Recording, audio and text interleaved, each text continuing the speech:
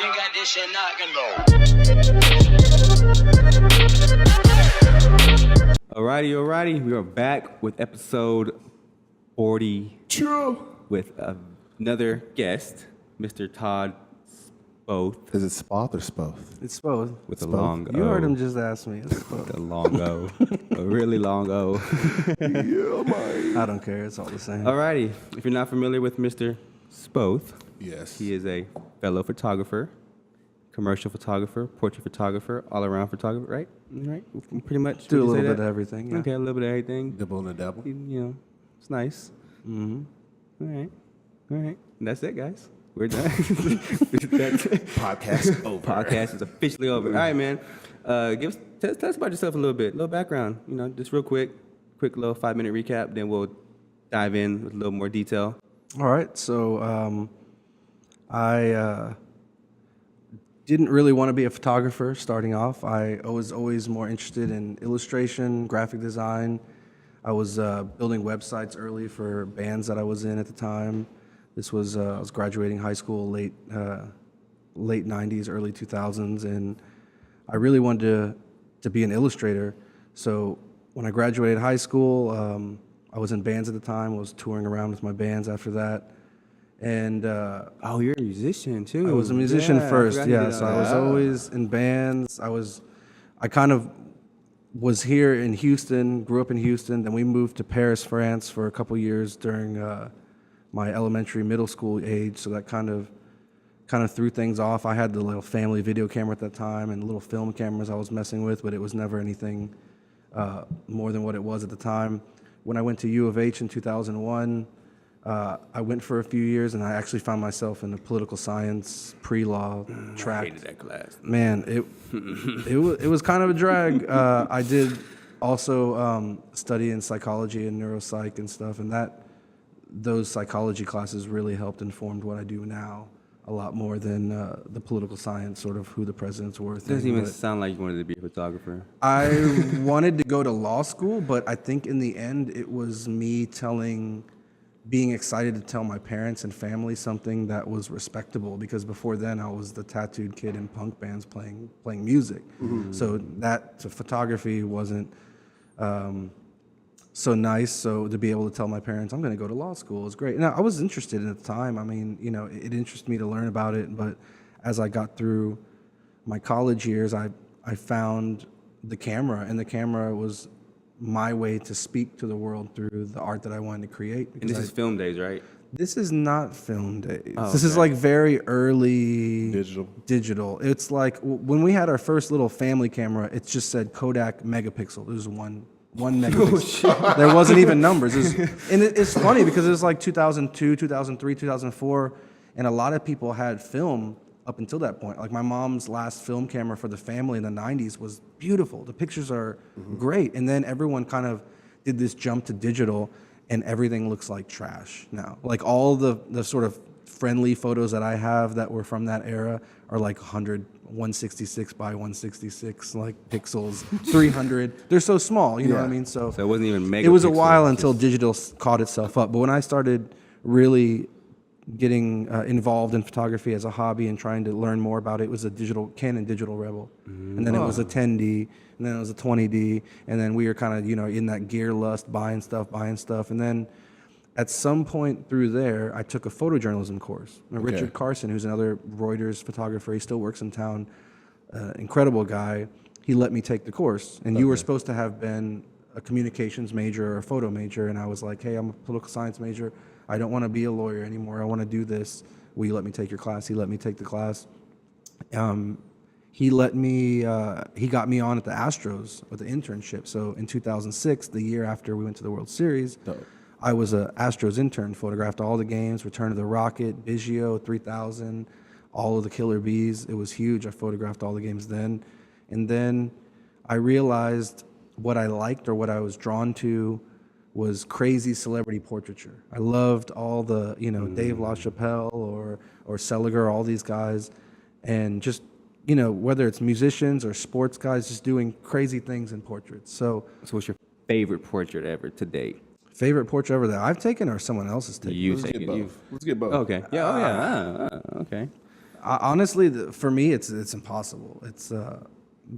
I just got through putting together some marketing materials for our upcoming New York trip, and you kind of look at your work and sit down with it and see where you are. And I've been able to make some really good portraits that I'm proud of. But in those early days, I was driven by those masters. I still do. If you come over to my place, I have huge tables of just nothing but photo books that I look at all the time. Yeah, I remember when I went to your place, you were showing me all that. A library of photo stuff. So in those days, the celebrity guys that I looked up to, the ones that I really liked, that I put in a class all their own, they had one common thread, and they all started a newspaper. So I said, I'm going to start a newspaper.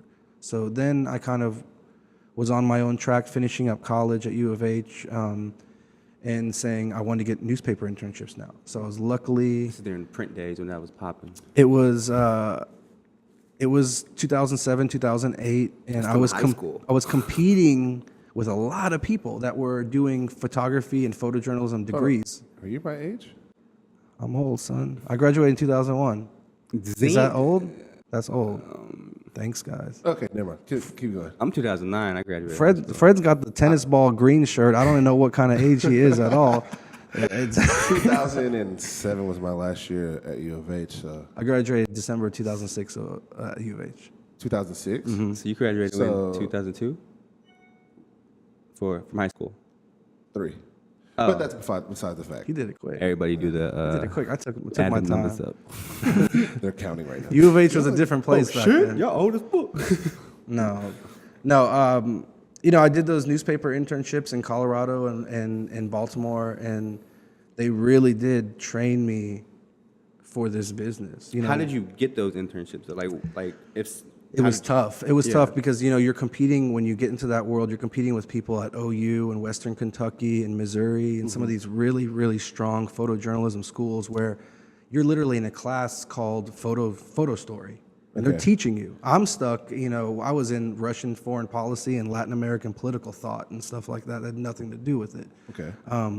So I was really sort of alienated when I went to some of the workshops. There's one called Mountain Workshops. There's Missouri Photo Workshops. There's a lot of these workshops out there that cater to photojournalism. And I was the lone Houstonian. I was the lone U of H person.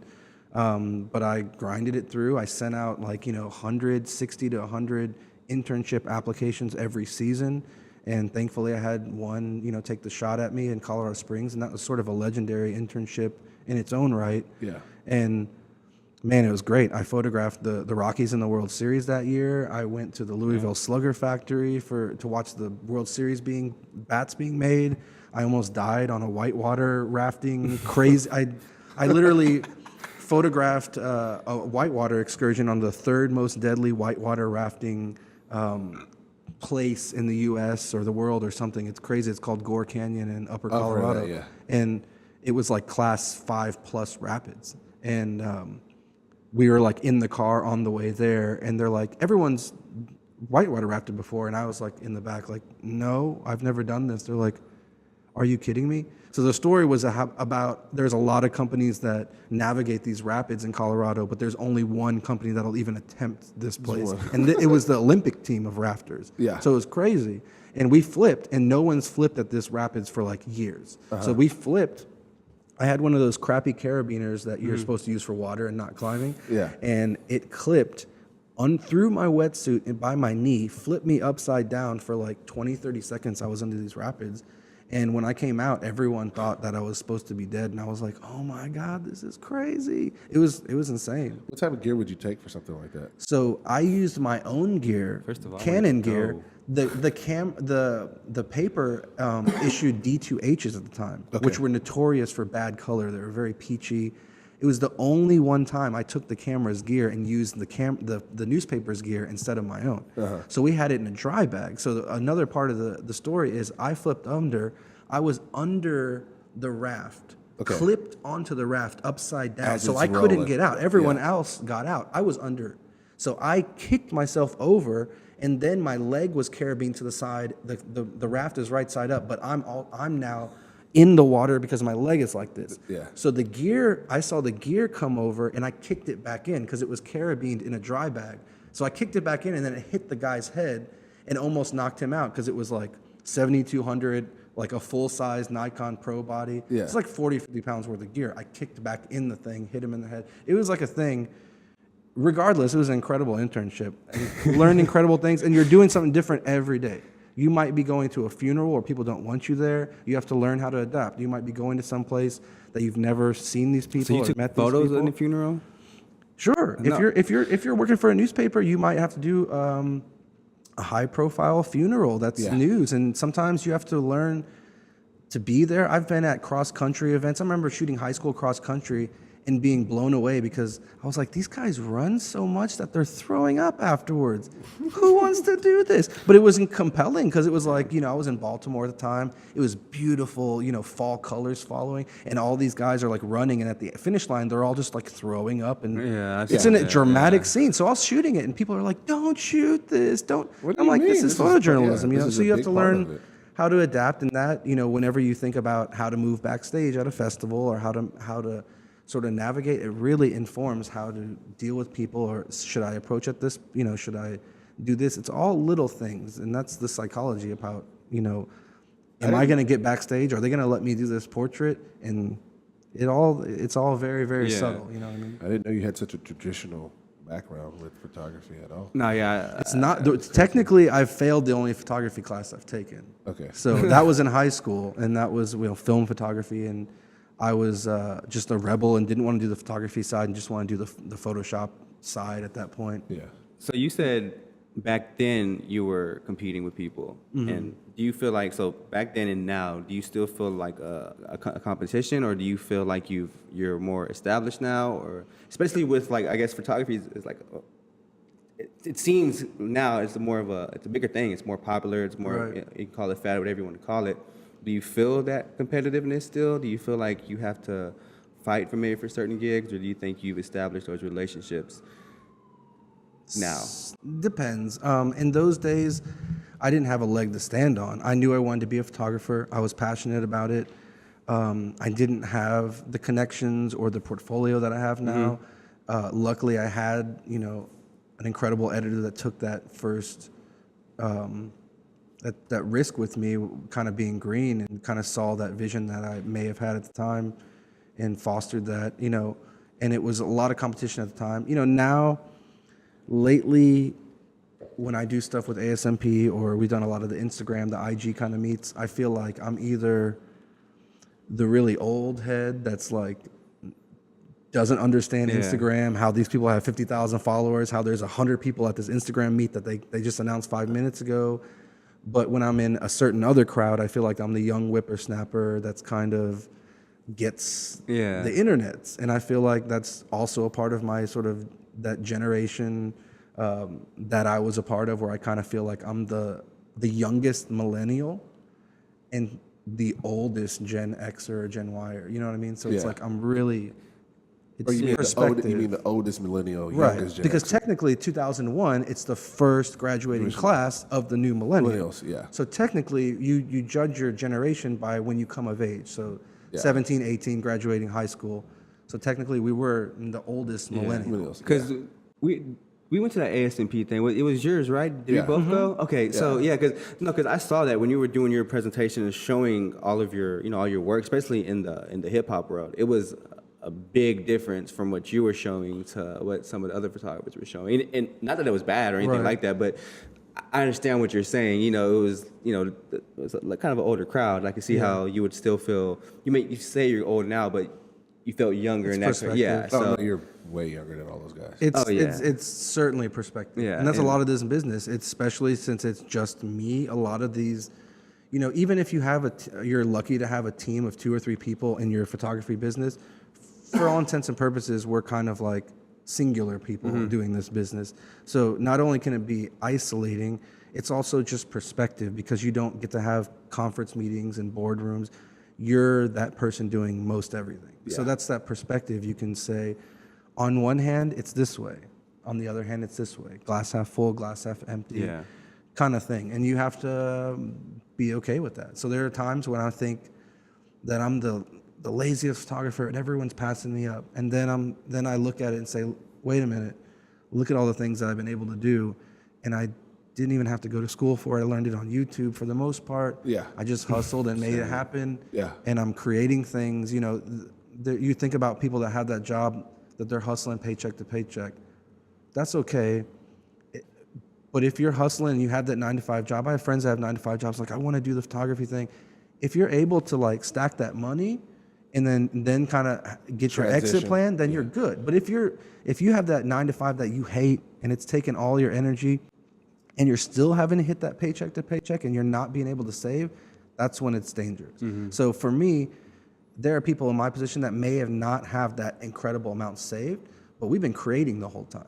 So I have images that I own, that I make sure that I own all of that, because that's part of the package down the line, is that I'll have those to be able to sell. Like every once in a while, you know, there are weeks where I have days that it's very slow, but someone will hit me with a stock request and it's like $2,500, and I just have to deliver the pictures, and it's just a license. And So that's another thing. Like how important? Because I had a few, and I'm not super knowledgeable, but it was just crazy. Like over these past 3 days doing the Jambalaya Festival thing, I had a few photographers like actually asking me questions. Like they're pretty familiar with the podcast, which I think is like super dope. That's and awesome. You know, they were asking me questions, and I was just like, certain things I can say, and I don't know, I can't. So like with the rights, That's what I wanted to get down. yeah. How? Bring it to- Okay, So go ahead. I have it all in my brain. So I have a general understanding of having the rights and ownership to your photos. Right. So could you give them, our listeners, you know, fellow photographers and some creatives, what it means to own the rights to your photos, and if you could explain it to them? Gotcha. Okay. So the way copyright law in the U.S. is set up is, as soon as you press that button, that's your photo. Boom. If your mom uses your camera to take the picture, technically, unless she signs a work for hire for you, where she signs her rights away, she owns that photo. Boom. I understand that. It's yours regardless. I didn't even know that. When you take the steps to register your works, which means your paintings, your videos, your pictures, or your composed musical compositions, you register it with the U.S. Library of Congress. It's a process. It takes a little bit. They've automated it to make it easy for online. You can kind of go onto the U.S. Library of Congress's website, Okay. pay a fee. You used to be able to send in a CD with up to like 700 images. So you can just say, these are my 2017 selects, and send them there. You fill out some forms, whether it's been published before, whether it's not, and then you pay your fee, and then you get a certificate back. And that's helps you if you're ever having to prosecute. So I have some infringement cases that are ongoing currently that I can't talk about with people that I love, because I shoot musicians that I love because I'm passionate about this. But unfortunately, if you use my images in a way that's unauthorized, then we have to come to an agreement about that usage. Especially, I'm not making millions. I put a lot of my money that I make back into my business, and I do this because I love what I shoot and I love what I do, and I really, really sit there and edit every photo passionately, and I put the work into it. So when someone takes that image and uses it, I'm gonna make it equitable. Yeah. So I'm not gonna be, and it's precarious because us as photographers, it leaves us open unless we are really going to put the contracts are in place so that we don't have to get emotional about this. So that, that's why it operates at that level.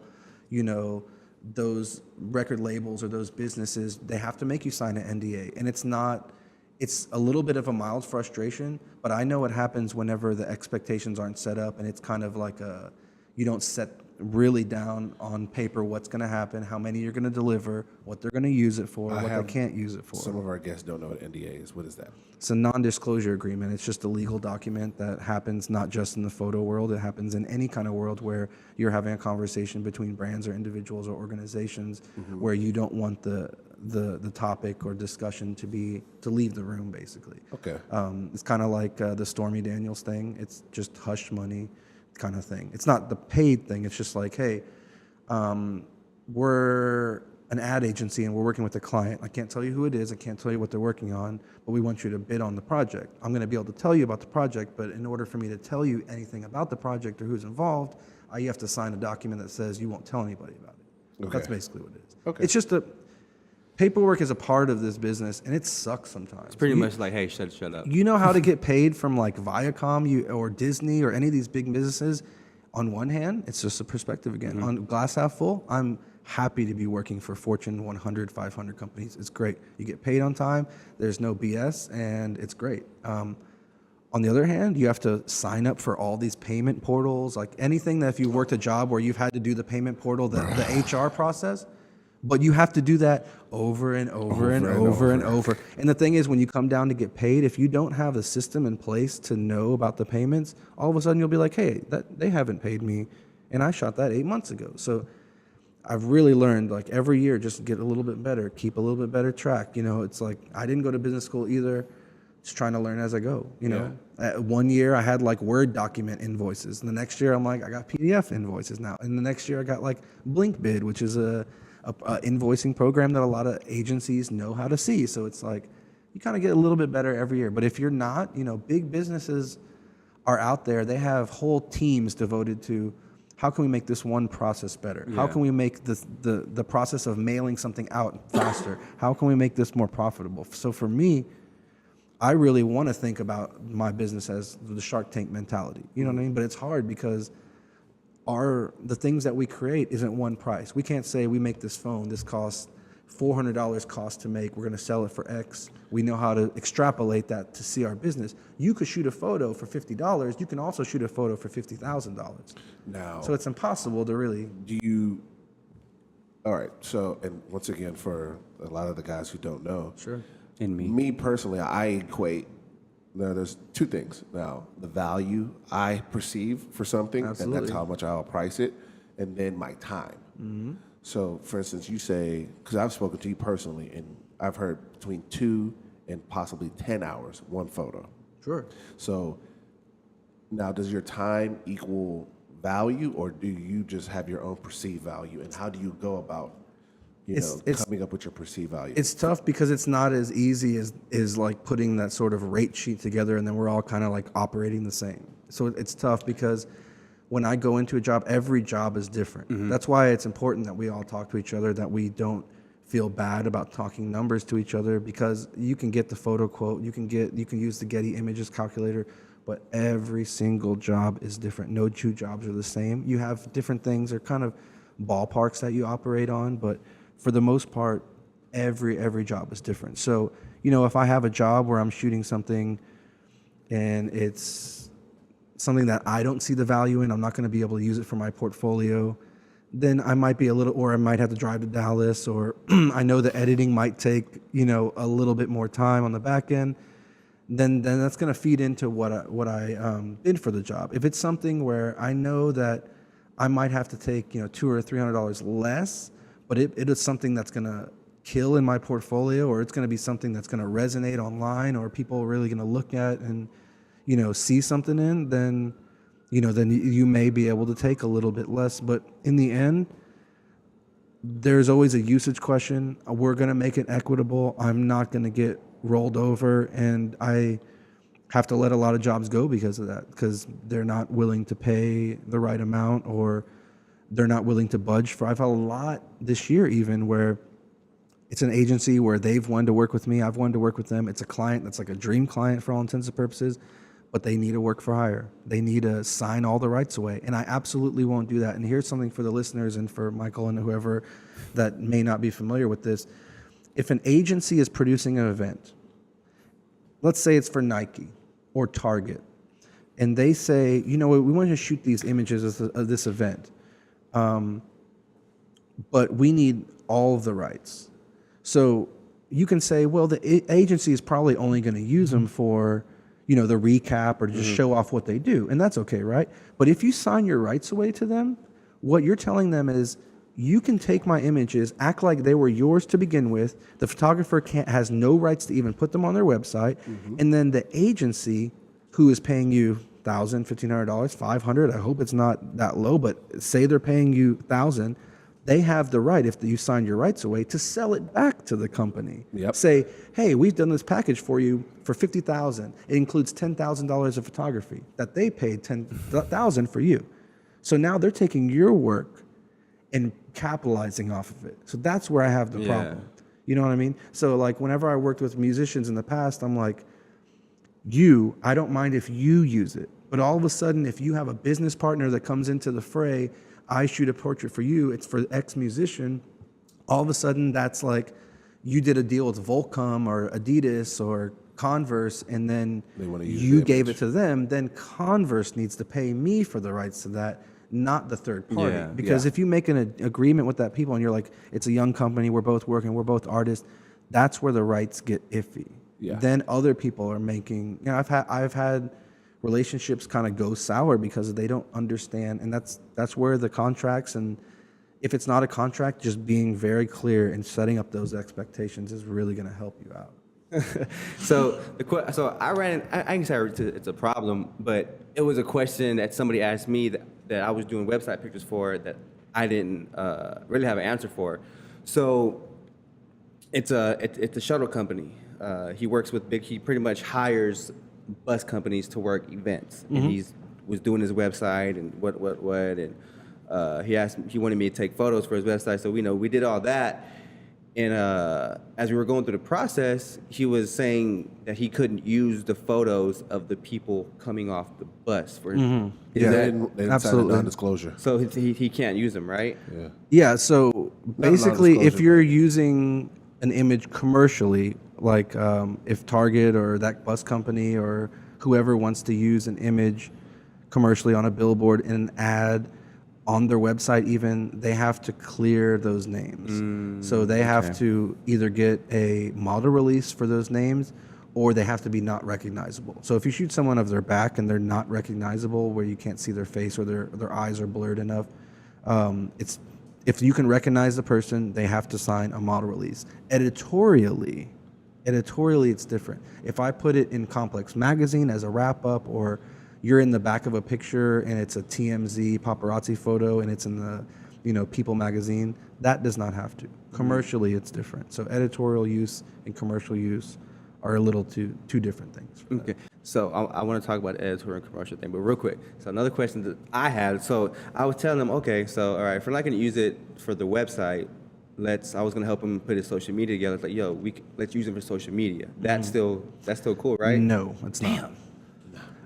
It protects us as citizens from just, like, if I took a picture of Fred, and I said, and I was a business that had just sold pink shirts, and I said, they just put him on a billboard and said, look at this goofy guy with the green shirt. You don't want to look like that. He would have to sign a model release first. I feel like that was a That was a slug. shot. That was a slug. I think that was a slug. The only example I have is So- you know what I'm saying though? Are Like you they joking can't with do that, or they take a picture and say it's an erectile dysfunction thing. And Fred will be like, "What what are you doing to How me?" did they find out? Right. So you have to sign a you have to sign a thing. So there's a photographer who I came across, and this is a while back. I came across on YouTube.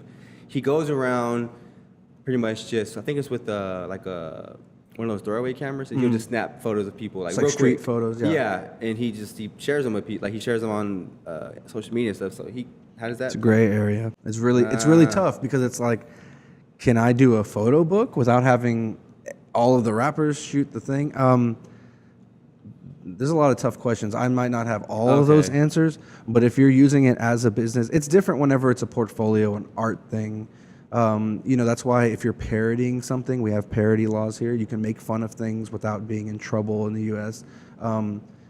But there is also a lot of artistic gray area in there where big-time fine artists, screenshot something. The Richard Prince, if you look into his case, where he literally took screenshots of people's Instagrams, not his, and then put them up in a fine art gallery and got $5,000 for them, or just changed one thing. So, someone sues him, it goes to court, and then the judge is like, well, he changed the hue a little bit, so it's different. Yeah.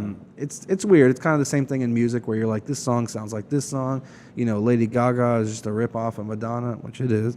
And the one song, it is, though. So, it's just, you gotta watch that kind of stuff for sure, because you can get you into trouble. Okay. Luckily, we're on the end of, they're usually stealing from us, which sucks. But if you play your cards right, you own those rights, and you follow up the right way, 'Cause I was sitting there you can get telling him- paid off that. So I was like, oh no, I have a loophole. I was like, let's just use any photos with people in them on Instagram, and like, Why don't you just edit the people out? I'll give you an example. It's a rush of people. No, this coming is out what of this is what you do to get around that. You either get models, or you say you put signs and you tell the people you're gonna be, if you enter this area, you're cleared for that. That's how they get away with using recaps for South by. You know, if you enter that little cool Red Bull space, Yeah. they have those signs there. That's good. That's all they need. It's a disclosure for So them. if we just make a sign as they're exiting the bus that says, "Hey, photos are being taken." Yeah, it's kind of a weird thing because you don't expect to be in a photo shoot when you're leaving a bus because it's kind of a Yeah. private thing. So So like musty you, and tired. you might want to get some models in that situation, or people that are okay to be photographed, and get them shooting out. I mean, that's why photo shoots happen. Luckily, this helps us, because if it was where any public can be in any image, then why would they ever hire us to do a shoot with models? Yeah, So use this opportunity to be like, hey, let's get people who are okay to be photographed. Let's make it in, the nice backdrop. Let's not make it to where, let's make it ideal. And then that's what we're selling, is that ideal.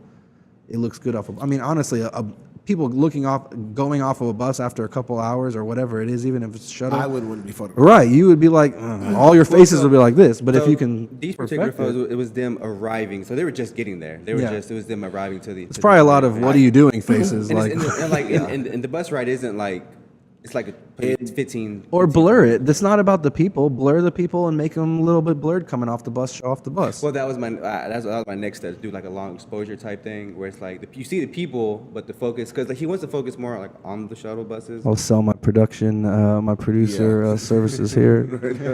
$300 an hour. Let's get it. Invoice, what's up? But yeah, that was my quick little question. But that was just for me, my personal. So, yeah. Yeah. The Not So Cool podcast has become Mike X Todd. I had questions. I'm cool. I'm here. These are I'm here to help. questions that people may have to. I was like, hey, he's I'm here. always trying to I was like, help. He's here. You learn into things, and you learn into things, and there's more of us out here in this market that know the right way to react and handle things. It That makes means we're it getting better. paid. We're all going to get paid better. So No, I tell everybody all the time. Absolutely. Ask me questions. Yeah. I don't mind. Because if you know the right way to go about things, it makes it better. Now, it goes from a situation of cheapest to, okay, I prefer this person, versus, okay, this is the cheapest price, or we can get it for free, or we can just go about it however. budgets are budgets. They're going to be different regardless of the project or the client. It's more about But teaching everyone about those rights, saying like, make sure you get a contract, whether it's $100 or $3,000. Make sure you get a contract. Make sure they know, because it's really the only time things go sour is when expectations are mismatched. When someone thinks something's this and it's this. When you set that expectation up and everything's locked in, for better or worse, you're both making the choice to know the same thing and to move forward. Yeah. I have like emails set up already for everything. You have to. You Fred really is- do. Fred And you is out of can't town be right now. afraid to like stick up for your art. You can't be afraid to stick up for what you do. You can't be afraid. It took me a while to get there. It did.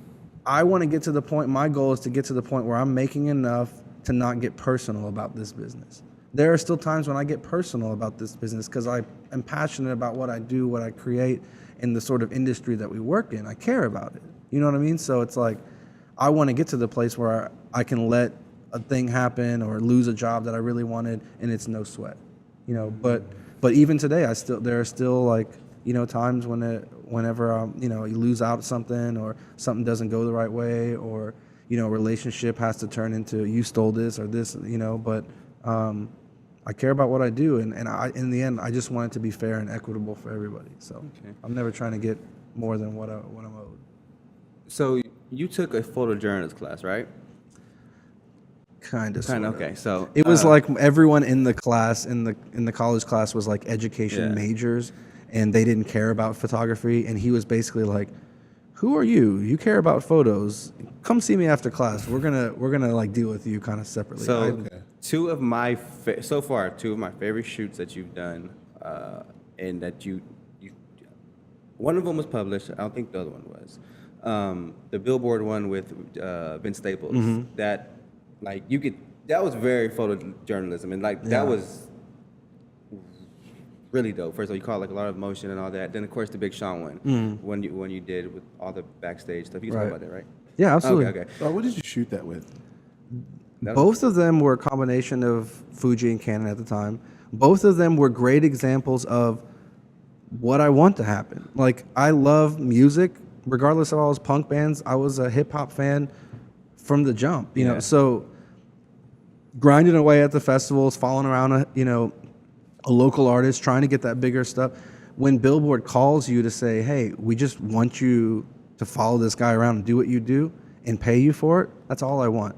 So that was actually one of the lowest paying shoots, and I worked the longest. I mean, I think I was up at 9 or 6 a.m. I've met him at like 9 or 10 a.m. Vince Staples, right? Vince Staples, yeah. So in South by, I followed around Vince Staples for a Billboard Day in the Life thing a couple South bys back, and I was there with them from 9 a.m. with his team at their suburban house that they were renting.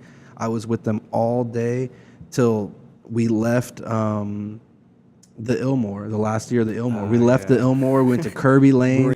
I got kicked out of a venue, and we bonded, and that's what my photojournalism background is. Like, you're in that situation where I'm a white boy from Texas. He's this young 22-year-old kid from Long Beach, and it's like we're not necessarily supposed to jive, but I was able to win that trust and respect. By the end of the night, we're like family. You know what I mean? To where he's inviting us out to Dallas and to see his shows. He invited us to Coachella.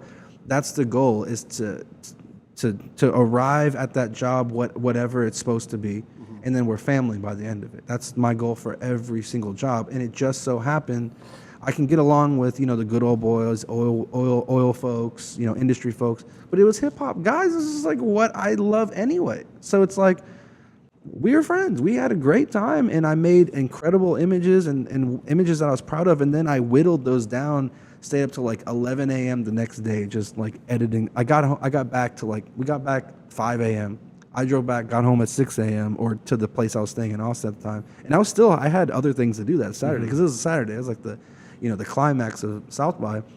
6 a.m. to 11 a.m. that morning, I just edited. And keep in mind, this is like an online thing only. Yeah. But I cared about it. And the other one that they did a couple other day in the lives, so they do these, and it was like they met them at a restaurant, had like one photo, and then went to their performance. And I was like, I was with him.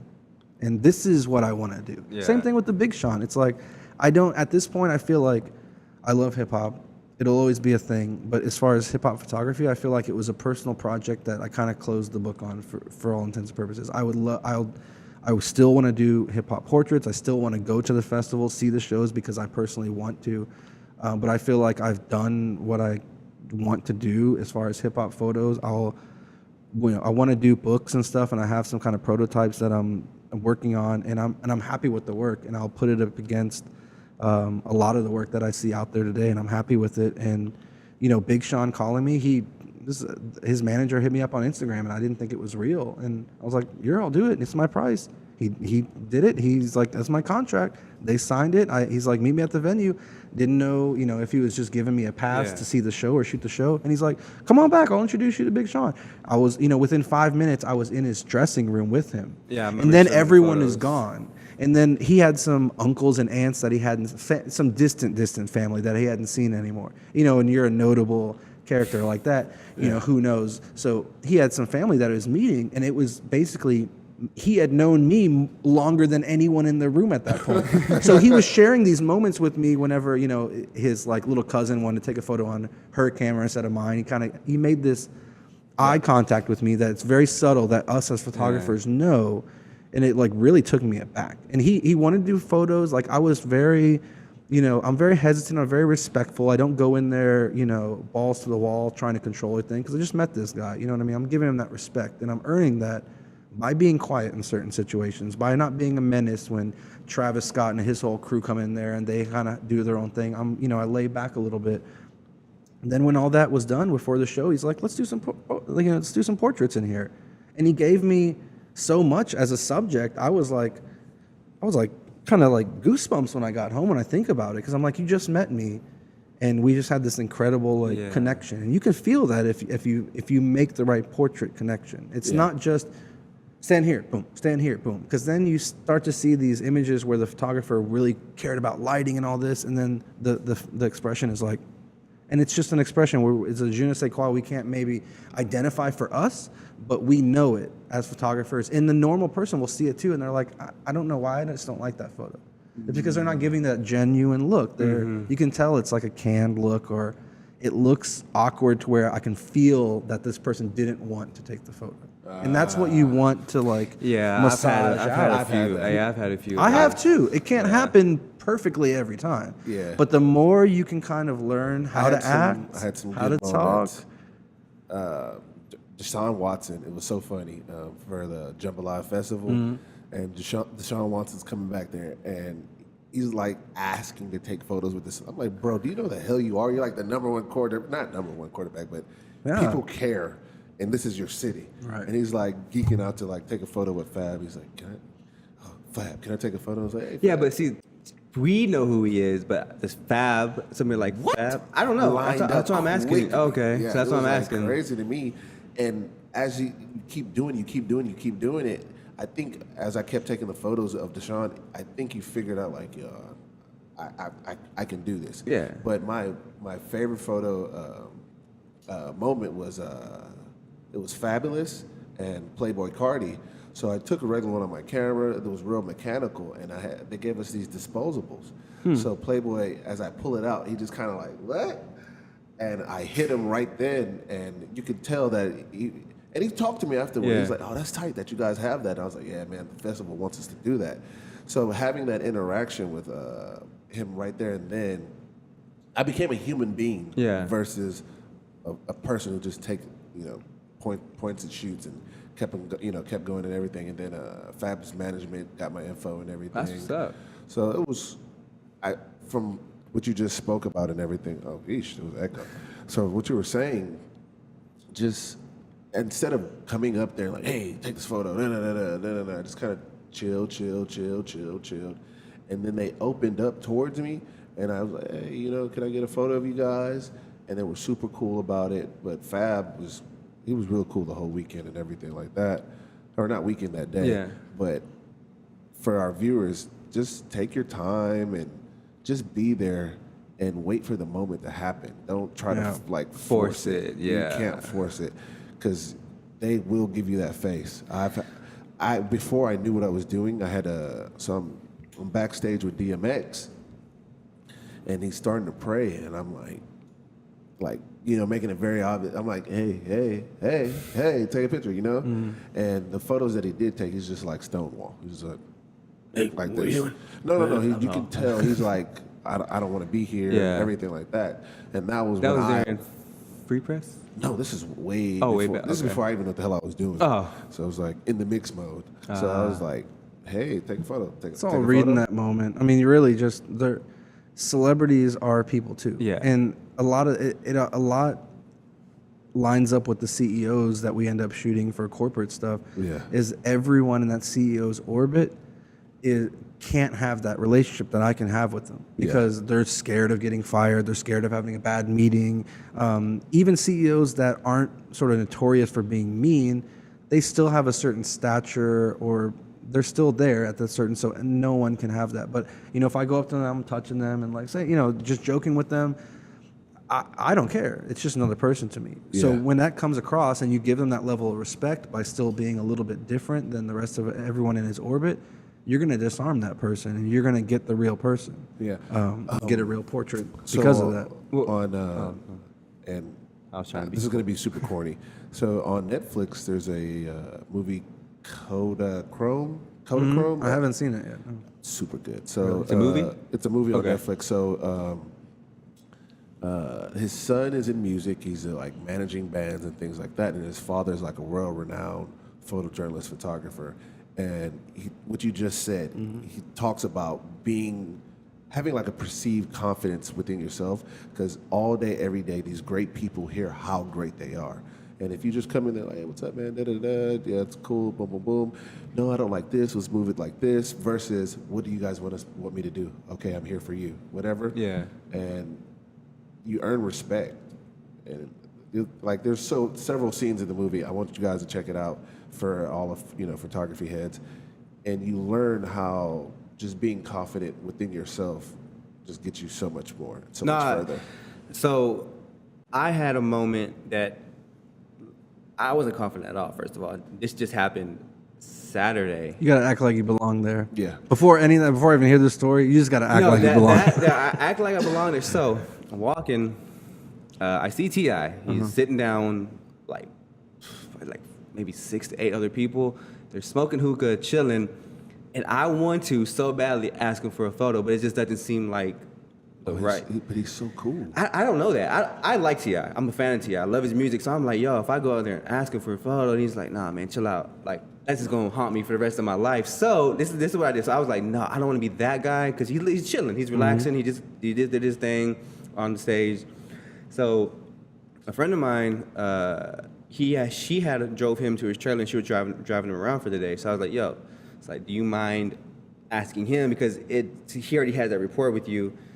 Like, can you ask him? Because I don't want to go there. He's just like, who are you? Like, don't bother me. So and I was surprised the way he got up. He was like, oh yeah, come on. What do you want me to do? And it caught me off guard because what he was saying is like how this, instead of Tip is on a different level. Yeah, he's never gonna be that guy. It takes a lot. He knows how to but operate. I didn't know that. Like, I know Tip. I don't know. Like T.I., he's like when I seen his interviews, like you never know what side of him you could probably get, and so I didn't know From that. doing this, and what I've realized when you're dealing like with high caliber, so I don't know. There's like that. He's on that movie level where he knows how to act. He knows how to code switch really well. He understands that me taking this photo, even though I don't know where it's going, me taking this photo is important. Yeah. So he knows that if he doesn't take the photo and has a bad interaction, that means a lot more to him than just But when I caught me off guard, he was like, "Yeah, man, what do you want to do?" I wasn't expecting that. He was like, "Yo, next time you're like, where you want to go?" I was like, "Oh shit!" And I had nothing. My mind just went blank. Yeah, bro. And I was like, "Oh no!" So I was just like, "Yo, let's come right here." So he nut checked you. You gotta think that 10 minutes. it caught me completely off guard. I thought he was gonna stand up and be I've like, seen T.I. I've been in the room where T.I.'s done that many. I've seen people. I've been editing photos in the same room with T.I. and someone's like, you know what? Not too far from here, actually. Not too far from here. Yeah. Mere feet. Funny enough. And he was trying to pitch T.I. And Tip was like, is it big money or small money? Big money or little money? Yeah. And he was like, it could be a lot of money. I don't know. And he's like, $100,000 or more. And it's just like, and I was like, oh my God, this is incredible. After that little 5-second session, he was cool. He was just super cool. He talked for like, 5 seconds, which felt like 5 years to me. This situation is where you see those psychological subtleties that will set one photographer from another. Yeah. Because if you go in there and say, Tim, let me get this picture real quick, and you know exactly where you're going to go and you have it set up and it's smooth for them and you make that smooth, that's the process that I take, whether it's last night shooting portraits of normal teachers or whether I'm shooting T.I. Because I've done the photo I have of T.I. that's a portrait was a quick portrait. And we filmed it right here at 713. And we were in the green room. Is it on your website? It is probably not, because there's a lot that kind of massage them way out. But no, we filmed NBA All-Star. We were filming 2 or 3 videos that weekend. And it was... had a police escort to do loops around the city, so we can do I-10 to 59 to 45 to do a loop. We had a police escort, and then we stopped right over here. So then we walked down the street past the last concert, and they were having a party, and the DJ had literally just put on What You Know About That. We were walking with T.I., me, and the video guy down the street, and they had just put that on, and he looks at us and say, isn't that funny? He could have literally walked into the last concert, shut it down. Everyone would have been like, wow. The fuck? And we walked back, and he walked right past it. And the last concert, you can see right to the side of the stage. You can just walk right. It was the most bizarre crap ever. But then we got into that room, and you just have to be confident and talk to the people. Like, you got a plan, irrespective of that time. Yeah. You know what I mean? You don't want to make them wait. You want to make sure that they're in there, they're respectful, that shoot takes 1 minute if they thought it was 5 minutes. And then all of a sudden they think it's quick. Yeah. And then they're like, wow. I mean, I've seen photographers in the middle of 2-minute sets, they're messing with lights. And then the subject starts thinking about that. And then they're like, your brain goes through really quick. And then you're down to, does he know what he's doing? What's going on? I don't like getting my photo taken. This sucks. You know what I mean? Those are the worst moments. You can. It's not always you're going to get a T.I. or someone who's comfortable in front of the camera. Yeah. It's great to have models that want to be in front of the camera. I think that's what a lot of photographers that just start and they're like, I got this camera. it's a 1.8 lens. It's real blurry and cool in the background. It's real sharp, and I can get the colors looking right. And this model is really good. Yeah, if you have a model that in like 3 hours to putz around and make mistakes, but if you're trying to get a photo of an athlete and you have 30 seconds, I've had situations where I had like 3 sets set up, and I had to take them from one set to another, and they had 5 minutes. I didn't know, because I've done something like that, and a lot of people think all these amazing portraits are done and they're like sitting in. No, bro, you literally have like 3 minutes to do it, Well, and you're they're out of the fader one. Who? Damn it. Anything that happens fader, it's like 10 seconds. there. With who? We were in the back. He had the fader book. He was smoking with Ryan, not Ryan. Rakim? Yeah, there you go. I can't think of his name. The portrait you got of him real quick. It was like super quick. Yeah, because I knew. I was like, Did you just try to call Rakim Ryan? No, the owner of Fader. Ryan I gets can't on think the of his mic. name. Cohen. Oh, yeah, Andy. Andy, Yeah, I yeah, could think. yeah, I was trying to call Andy Ryan, but no, I wasn't. I guess the R got mixed Yeah, he up. didn't know who Andy was, and he walked in the fader. You gotta know. You gotta print out your little dossier with the headshots on it and say, "This who this guy is. This Yeah. who this guy is." No, I just I couldn't care, but think I of his don't. name. Yeah, I couldn't think of his name. No, But it's- it's like quick sessions. Like, Because if I sit here and take like 800 photos of him, he's gonna be mad.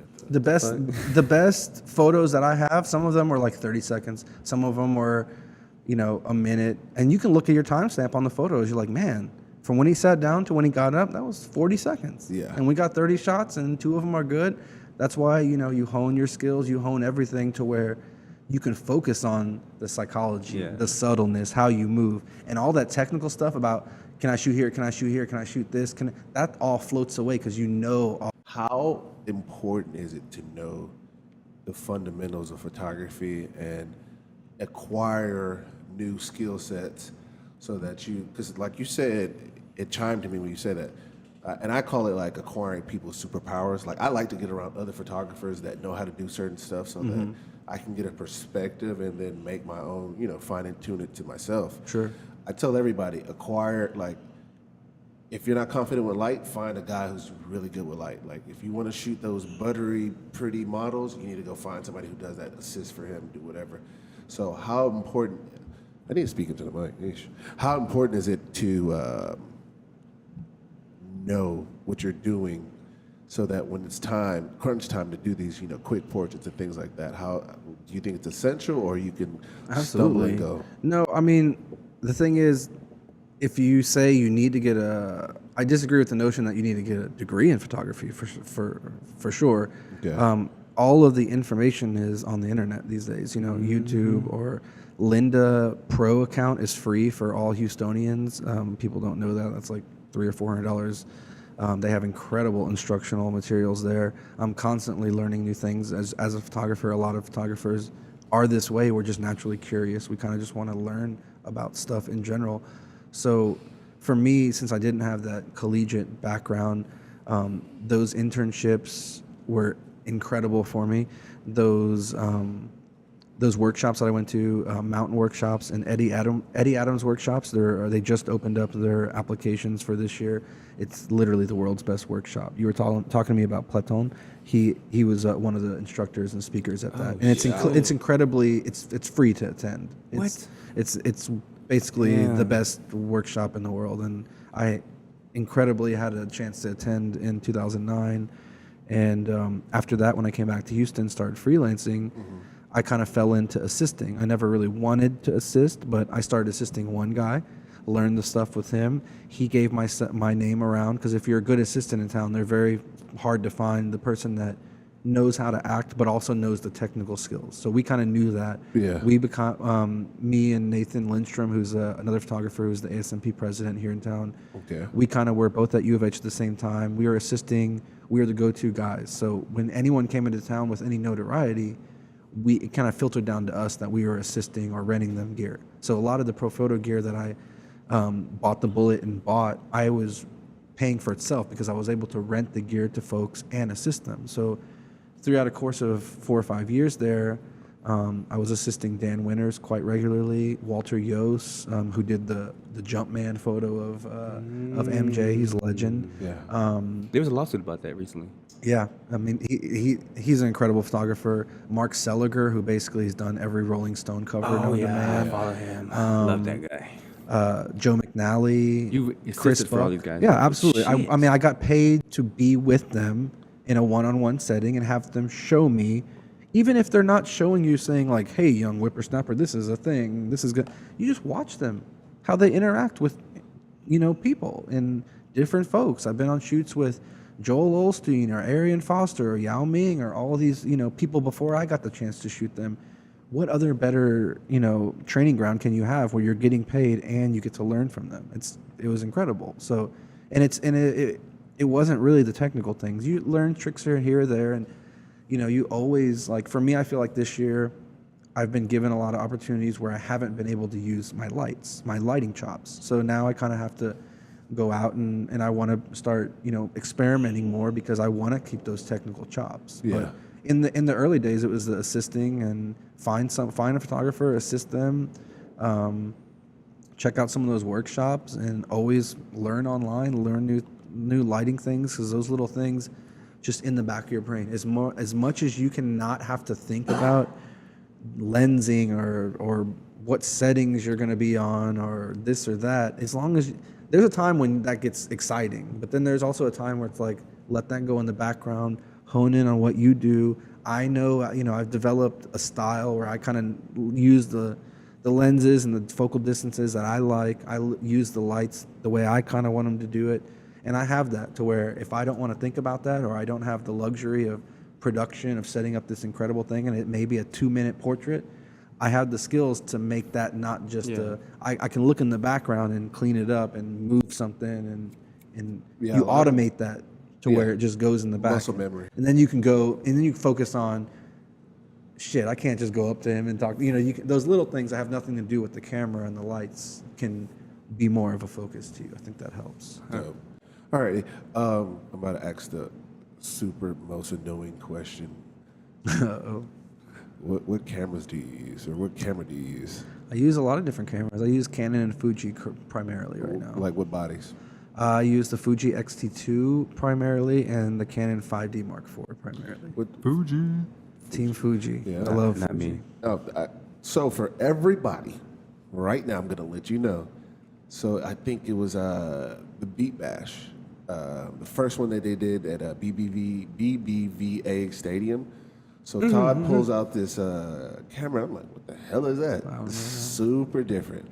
That's I remember. Okay, now I remember that one. Yeah. So and I come up, you know me. That was a good show, Kendrick. J. I Cole. was about This to show say was that. That was a super good low. show. Kendrick, J. Cole. No, I remember Trey was kind of pissed about performing so first, and I was like, bro, you're the first musician to perform at this stadium ever. That's gonna mean something in 20 years. And I got this photo of like dramatic of him walking across the stage, and then there's clouds, and he's like, there's not that many people there, it sucks. So it's interesting to see their perspective. I'm always respectful of their perspective. Was For nuts. sure. Yeah, it was great. Oh, yeah, what So I had some me, crazy shit that day. No, me not knowing any better, I always go up and ask people, what's that, or who's that, or da-da-da-da. So I was like, hey, what kind of camera is that?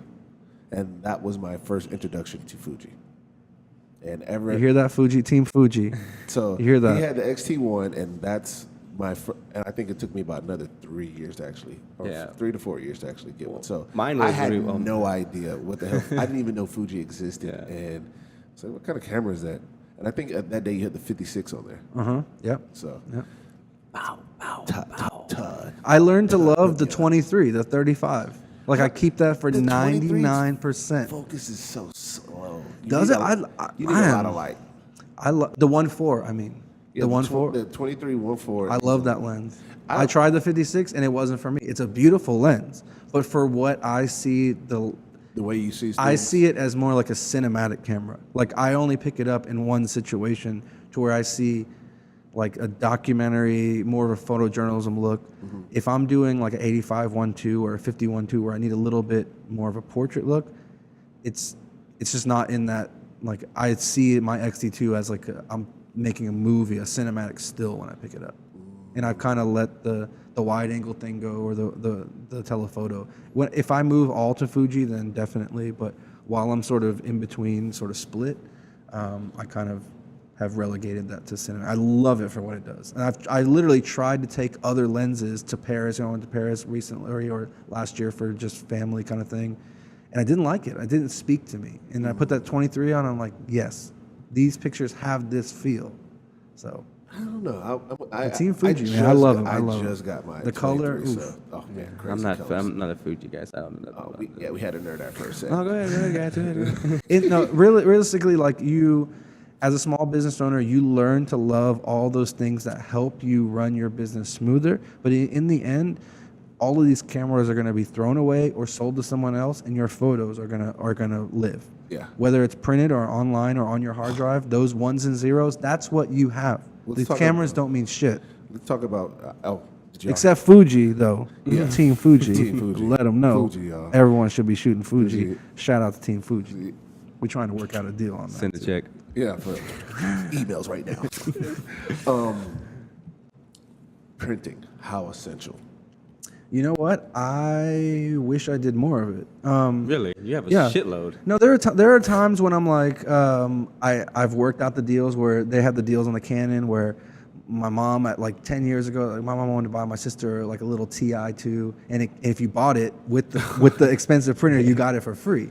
So there was like 2 or 3 years where in the fall I would get that like the X100 or X Pro 100, and I would just like get the free prints and the ink, just use up all of the ink and then just sell it for that, because it was so big and so like ornery that I figured I never made prints. But when I did make the prints, those 13 by 19s, I was like, These are so right. I was like, good, some of bro. these are Oh, good. shout out to Oates, man. He's been printing some stuff for me, and I'm just like, these are so.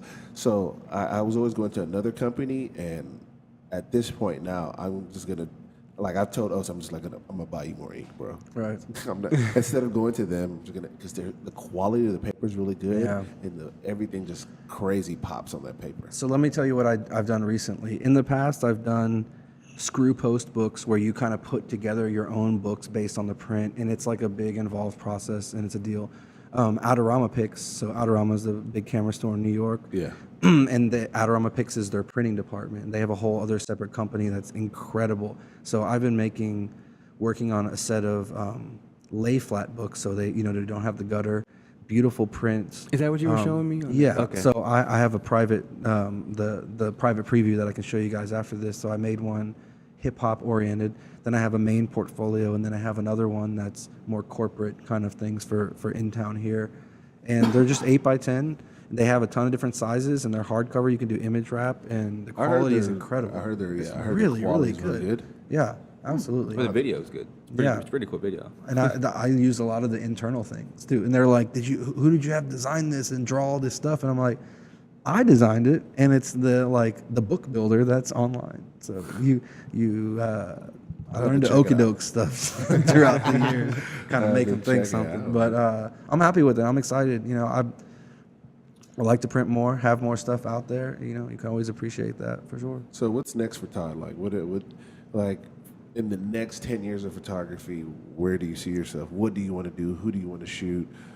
I mean, you've been around the world, so Yeah. what would you like to do? Do you want to be like in Bangladesh, wearing slides? No, every certainly day, not Bangladesh. taking photos. My parents used to live in Singapore. That place is amazing. But Okay.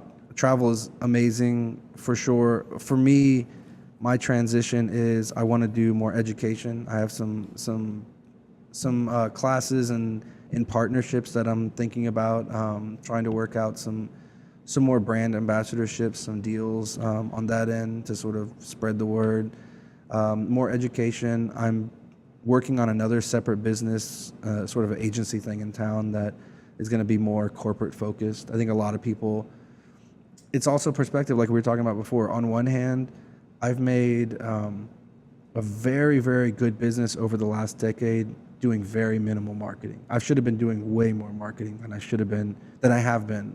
I've operated a lot of word of mouth, just happened to have a lot of great clients without reaching out and having those meetings. There's a ton of people in town that don't know who I am that I need to meet with. So that's kind of in the works, and just expanding and growing and taking it further for sure. Well, your marketing's been pretty cool. You've had the lighters, the cups, and of Some course, of you the have guerrilla marketing. I call that guerrilla marketing. So What's when that? you Explain that. want to, just like slapping a sticker or something, or okay. I put a sticker of mine on the Brooklyn Bridge, and 6 months later it was there, and someone took a picture of it and tagged it, and it was like, wow, that's great. I think I've done good on keeping and showing people who I am through social media, and my job, I started with Texas Monthly because they saw my rapper photos on Instagram. I started working with Exxon because they saw my pictures on Instagram. So some really good connections over the years have directly come through social media. And although I may not have the 50,000 that my compatriots have, I think I've done good in that on that well. But at the other end of the marketing spectrum, in the commercial world, if you want to break through that level, you're going to have to start sending promos like books and things and mailers and emailers and agencies, and go to New York like I'm doing in the next couple of weeks to have meetings and to meet with people. And you have to do a lot more traditional marketing that I've kind of been able to not do as much of. I've talked to people in town where they tell me from 9 a.m. to 11 a.m. every day I cold call people. And I'm like, wow, I've never really done that before. You know what I mean? So it's crazy too that you brought up the Instagram thing, because like you said, you don't have the thousands and hundreds of thousands of followers, and you're really not that heavy on social media. Like, you're not posting every day. No, like, I don't, no. You do a lot of stories, but it's still like just some creative, fun stuff. Right. And that's something like that goes to, of course social media is a huge thing today, but you do a lot of behind the scenes stuff too that translates into that with, like discussing your marketing, your meetings you're going to in New York. And I think that's interesting, because I think a lot of us do rely on social media, but there's still so many things outside of social media. they can pull that Instagram rug out from under you in no time. It's like, think about everyone that thought they were popping because of MySpace or whatever it was. And now it's gone. Yeah. It's going to endure, and the pictures are going to endure. So if you have those skills, you have those connections, and if you kind of treat it like a real career and a real industry, and say, like, I don't have like a family fortune or some fallback. I have a political science degree. I'm not going to be a lawyer. This is what I have, and this is my livelihood, and I care about this. So if other people in other positions are doing things where the Instagram thing is a fad, that's fine. But if you want to be in this industry and you want to grow, you got to learn those skills and treat it right and give it the respect and just try to get better every day. It's not easy, but if you put in the work, you can get there for sure. Possible. Yeah, for sure. You're Mike. Todd Spoth, ladies and gentlemen. Yeah, because we we got to wrap it up because got things to do. He has meetings. I don't have meetings. It's a Monday. Everyone's going to have a meeting. Monday meetings. Yeah, man. Man, dude, it was a pleasure having you on, Absolutely. man. I appreciate a it. lot of good stuff on here. What's your favorite movie out right now? Favorite movie out right now? Right now. Like, Man, I just watch reruns of The Office. Right? Some people don't understand The Office. I don't understand. Office. So much God, replay. Like, I please. feel like I have my good, like, go-to, like, palate cleansing shows, like Family Feud. I have all these that if I watch something totally, because I'm not about the gore. I don't like any of the blood and guts. When I see something, I'm just like, I like those movies. you better put on that Family Feud or an Office episode to get me back to normal. No, I don't, like we were talking earlier, I never got into comics or the comic book movies, so I really try. I tried Star Wars. I tried all the things. It doesn't really respond to me. I like really weird thrillers and documentaries. I'm like, when I'm editing, I used to have 3 screens, but now I have one iMac. It's always fun for me to keep something in the background. So I always used to keep like Who Wants to Be a Millionaire or SportsCenter. Now, I love the like YouTube content is more something that I'm watching, like the Breakfast Club interviews or Arian Foster's podcast or this podcast or instructional things, or I just let it play on YouTube and it's just feeding me. Even if I'm not having to look at it all the time, I'm just getting information about people. Or Nardwuar stuff, you used to let that play in the background. You learn little bits of information. So yeah, I like a lot of those little special. Wired has this one where it's like, we're going to explain to you one thing in 5 levels of difficulty. So they're like, we're going to explain harmony to like a 5-year-old. And then they go up to like Herbie Hancock level. It's incredible. It's like one of the best content. I mean, it's just Check like that out, yeah. from Wired's channel, yeah. So What album are you listening to right now? oh man, Like, the music What were is you listening more to than as you were coming up here right now? I have a latest LPs on like Spotify because I'm very, very big What was the last music song snob. playing in your car before you pulled up? I think it was just nothing, but I've been trying to listen to the J. Cole album. The Post Malone album is not bad. It's not bad. The Cardi this B first album. album I've been better. trying to listen to the stuff. Honestly, I listen to a lot of weird stuff. I listen to a lot of like even when I was in punk bands, I was like a New Jack Swing head. They were just like, what? Like I was listening to like all of that shit. I just grew up on that. Like my mom was a young mom, and I had cousins that were just feeding me Anita Baker and Sade all day. That's all I grew up on. So when people are like, you don't know Merle Haggard songs or outlaw country, I'm like, no, I didn't have any of that. I had MTV Party to Go, and I had like, Tony and After 7 and Janet, and that's what I grew up on. You ain't never had them Now mixtapes? No, that was after. I'm old, man. We didn't have that shit. Now this is what I call trash, volume 100. Nah, MTV Party to Go. What were you listening to on the web here? I don't know. Fred? How do you actively see the plug walk? I don't know why. It's crazy. I was listening to the Migos. I saw them yesterday. Ooh, the bed. That's exactly. I can't. I'm just like, I'm always like, I grew up on Southern groovy production. So when you hit me with that too much of that boom bap New York stuff, I don't understand it. And a lot of Cali production, it's a little like, I like smooth. I like every artist that whatever their ballad sad song is, that's the one I like, for sure. All right, so our camera's cut off. So you just have a cut to break. So we're done. So we're gonna end it here. The only camera Fade to on is black. Todd. Fade to black. Okay, We're still going. Do not cut me off. The only one that's on is Todd. So we're gonna end it. Let's get in this camera. Hold We're on. gonna end it here with the Not So Cool podcast. We are your hosts. We have this very special guest, Todd Spoth. Photography. So many gems On the on tripod. here. So many gems. So if you're a So photographer, even entrepreneurs in general, you should definitely. Hey, watch follow this. me on social media because I only have like 40 new followers this Yeah, year, let's do and that. that's Let's get it slow. done. So come on now. Yes, follow him at Todd. I promise I'll post every once a month. And your website is It's just at Todd Spoth. If you put my name in the right way, you'll find me because you'll there's find only him 'cause one. He's popping on the internet. There's only one of me. That's the only Alrighty, reason why I'm guys. popping. You are tuned in to Not So Cool podcast. We make Not Being Cool. Thank you for joining.